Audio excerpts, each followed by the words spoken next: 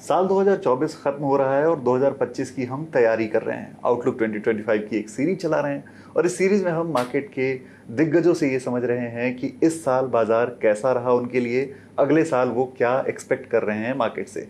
और इस कड़ी में आज मेरे साथ एक खास मेहमान है। मेरे साथ हैं मिस्टर स्वरूप मोहंती, जो वाइस चेयरमैन और एमडी हैं, सीईओ हैं मेरे एसेट म्यूचुअल फंड के। सर, बहुत स्वागत है आपका एनडीटीवी प्रॉफिट हिंदी पर। और इस साल के लिए जो पहला सवाल मैं अभी सबसे इस सीरीज में पूछ रहा हूँ वो ये कि 2024 के टेकअवेज क्या रहे और 2025 को आप कैसे देख रहे हैं? नहीं, 2024 एक साथ नहीं करूँगा, बट लास्ट 2 साल अगर टेकअवेज देखें तो इन्वेस्टर के तरफ से एक अलग नज़रिया दिखने लगा कि रिटर्न चेजिंग बहुत ज़्यादा हो गया था। रिस्क मिटिगेशन तो बात तो हुई नहीं, जबकि ये बिजनेस रिस्क मिटिगेशन की है। सेकेंडली, जो डाइवर्सिफाइड स्टोरीज़ हैं, जैसे आप म्यूचुअल फंड में निवेश करते हैं डाइवर्सिफिकेशन के लिए, जो ट्रू डाइवर्सिफाइड स्टोरीज़ है वो शायद उनके रिटर्न्स थोड़े पीछे रहे हैं। तो इसमें हमारे बाज़ार में क्या आ जाता है, एक्टिव शेयर, कि कितना आप लेते हो ओवर द बेंचमार्क।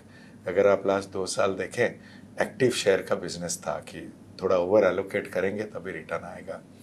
तो ये ऐसे कुछ लर्निंग्स हुए।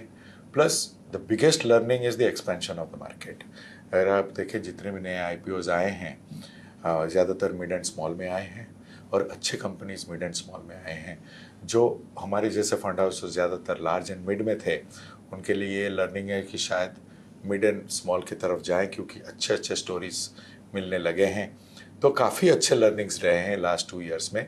एक कैटेगराइजेशन की वजह से जो एक लिमिटेशन है फंड लॉन्च का, उसको शायद हमने फुलफिल किया by exciting stories on the passive side. और उसको एक फंड ऑफ फंड देके ब्रॉडर मार्केट के लिए भी हमने प्रोपोजिशन रखा है। तो काफ़ी बैकएंड में काम किया है, वो एक अच्छी लर्निंग भी रही है और सेटअप भी रही है।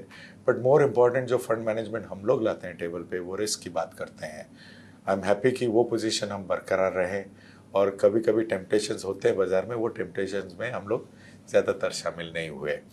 वो हमारा स्ट्रैटेजी है, वो हमारा फंड मैनेजमेंट स्टाइल है, और उसको हम बरकरार रखें। बिल्कुल। आपने मिड कैप और स्मॉल कैप की बात कही। आपने 2 लाख करोड़ का एयूएम क्रॉस किया है, सबसे पहले तो उसके लिए आपको कॉन्ग्रेचुलेशंस। और मिड कैप और स्मॉल कैप में भी आप फोकस कर रहे हैं, स्मॉल कैप का फंड भी एक प्लान कर रहे हैं आप। सो इसमें मैं एक सवाल ये पूछना चाहता हूँ कि इस वक्त जो कंडीशन है वो ये है कि स्मॉल कैप और मिड कैप बहुत ज़्यादा चढ़ चुके हैं और लोगों को ऐसा लग रहा है कि वहाँ बहुत पैसा बनता है। सो क्या हर मिड कैप और स्मॉल कैप इस लायक है? नहीं है, ऑफ कोर्स। तो क्या आप एडवाइस करेंगे लोगों को कि आप मिड कैप और स्मॉल कैप की तरफ जो भाग रहे हैं उसके पहले क्या देखें? देखिए, फंड मैनेजमेंट से आप पूछे तो उनका हमेशा यही आंसर रहेगा कि अच्छा बिजनेस एक अच्छे भाव में खरीदें। आई एग्री, कुछ बिजनेसेस के भाव अच्छे नहीं रहे, डज नॉट मीन अच्छे बिजनेसेस अच्छे भाव में नहीं है। कुछ पॉकेट चला है ब्रॉड। जब एक पॉकेट चलता है तो एक बड़ा मार्केट खुल जाता है वैल्यू की तरफ। हम ये मानते हैं कि और भी 50-60 स्टॉक ऐसे हैं जिनके वैल्यूज अच्छे हैं।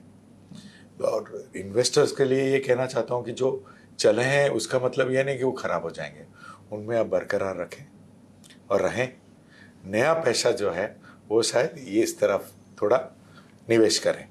तो अगर ये 2 कॉम्बिनेशन बनेगा तो पोर्टफोलियो में एक अच्छा बैलेंस आने की बहुत बहुत अच्छी गुंजाइश है।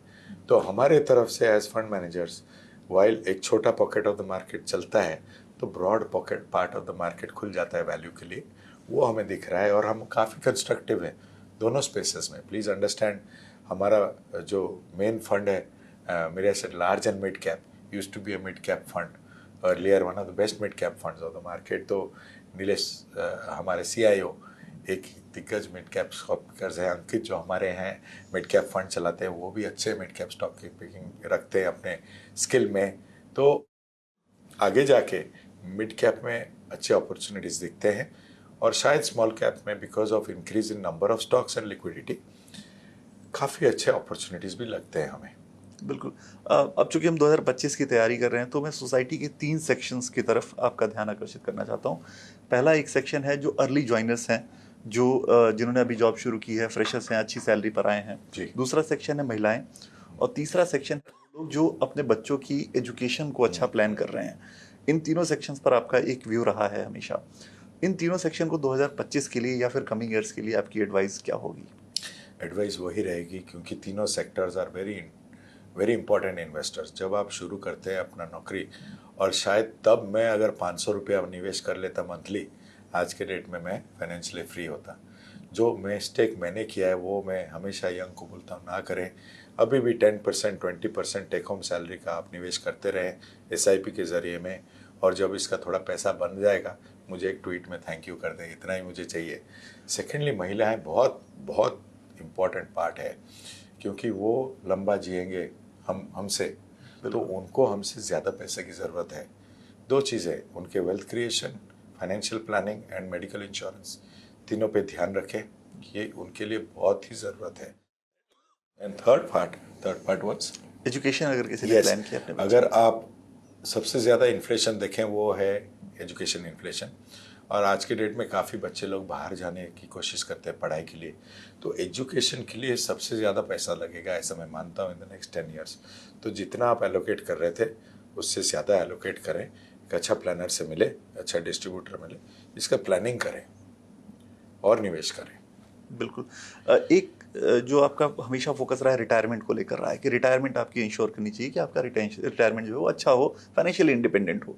सो अब चूंकि नए साल की शुरुआत कर रहे हैं, कई लोग रेजोल्यूशन लेते हैं, तो हो सकता है कुछ लोग रेजोल्यूशन लेना चाहें कि रिटायरमेंट उनको प्लान करना है। को आपकी क्या सजेशन रहेगी, कैसे रिटायरमेंट को प्लान करना चाहिए? मेरे लिए सबसे बड़ा ticking bomb in India is retirement.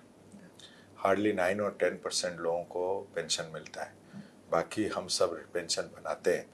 जो रिटायरमेंट के बारे में सोचे नहीं है वो प्लेस यस्टरडे नाइट सोचने लगे। ये इतना बड़ा इशू है इंडिया में।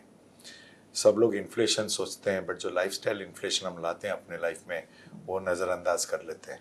वो सब डाल के पहले तो अपने रिटायरमेंट के बारे में सोचें। आपको होश ही नहीं है कितना पैसा लगेगा आपको पोस्ट रिटायरमेंट, क्योंकि हम भी लंबा जीने लगेंगे। पहले क्या होता था, लाइफ स्पैन शॉर्ट होता था। आज के डेट में अगर 80 के ऊपर हम जीने लगेंगे, sorry for saying this, but सबसे ज़्यादा दोस्त जो बनेगा आपका वो है पैसा, और सबसे ज़्यादा ज़रूरत जो होगी आपकी वो है पैसे की। तो इसको नज़रअंदाज ना करें। अगेन एक अच्छे से प्लान करें।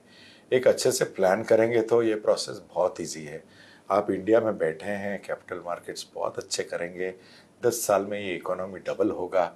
इससे बेटर टाइम नहीं है निवेश के लिए कंट्री में, बट ओनली रिक्वेस्ट इज बाज़ार में बैठे, बाज़ार को टाइम ना करें। जो एसेट एलोकेटर है वो जीतने लगेगा या लगेगी, जो मार्केट टाइमर्स हैं उनकी 100% हार होगी अगले साल। तो एलोकेट ठीक से करें, अपॉर्चुनिटीज़ हर जगह हैं, पोर्टफोलियो को स्ट्रॉन्ग बनाएं। बिल्कुल।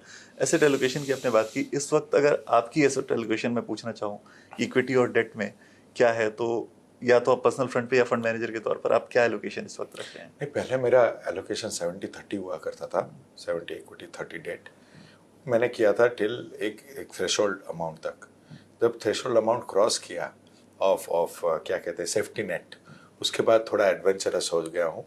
अभी उसको नीचे लग के 60-40 किया हूँ, और करीब 10% में अल्टरनेट्स में गया हूँ। Not alternates investments, but my wife ने मुझे इंट्रोड्यूस किया टू आर्ट, तो शायद उधर थोड़ा अगले साल तक 10% ऑफ माई पोर्टफोलियो उधर जाएगा।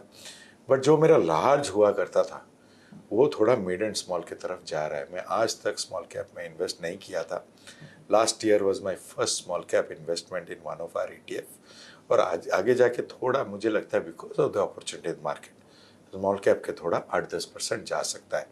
पोर्टफोलियो जो ज़्यादातर लार्ज कैप था वो 70-30 भी लार्ज कैप था, वो शायद घट के 60-40 large and mid and small हो जाएगा। Okay, great. एक चीज़ आपने अलग बताई कि आप आर्ट में भी अब थोड़ा इन्वेस्ट कर रहे हैं। ये इन्वेस्टमेंट ऑफ कोर्स आपको मॉनेटरी रिटर्न नहीं देगा, लेकिन बहुत सारी चीज़ें देगा सिखाने के लिए, बहुत आपकी हैप्पीनेस, इटरनल हैप्पीनेस के लिए। एक सवाल इसी से मेरा है कि मैं थोड़ा आपको करेक्ट करूँगा। हाँ, मैं बेचूंगा नहीं आर्ट को, exactly, but the monetary multiple of art is probably at times better than equity. Some of the artists can give far more multiples than some of the stocks in the market. So मैं बेचूंगा नहीं, I'm being categorical, but that growth of the portfolio is substantial. Exactly. तो एक ये नया asset class है, of course इसके बारे में डिस्कस किसी और दिन करेंगे आपसे, लेकिन आज क्योंकि समय कम है, दर्शकों तक आपकी बात पहुंचानी थी 2025 के पहले, इसलिए हमने आपको ट्रैवल किया। बहुत शुक्रिया आपका आज NDTV प्रॉफिट हिंदी से बात करने के लिए समय देने।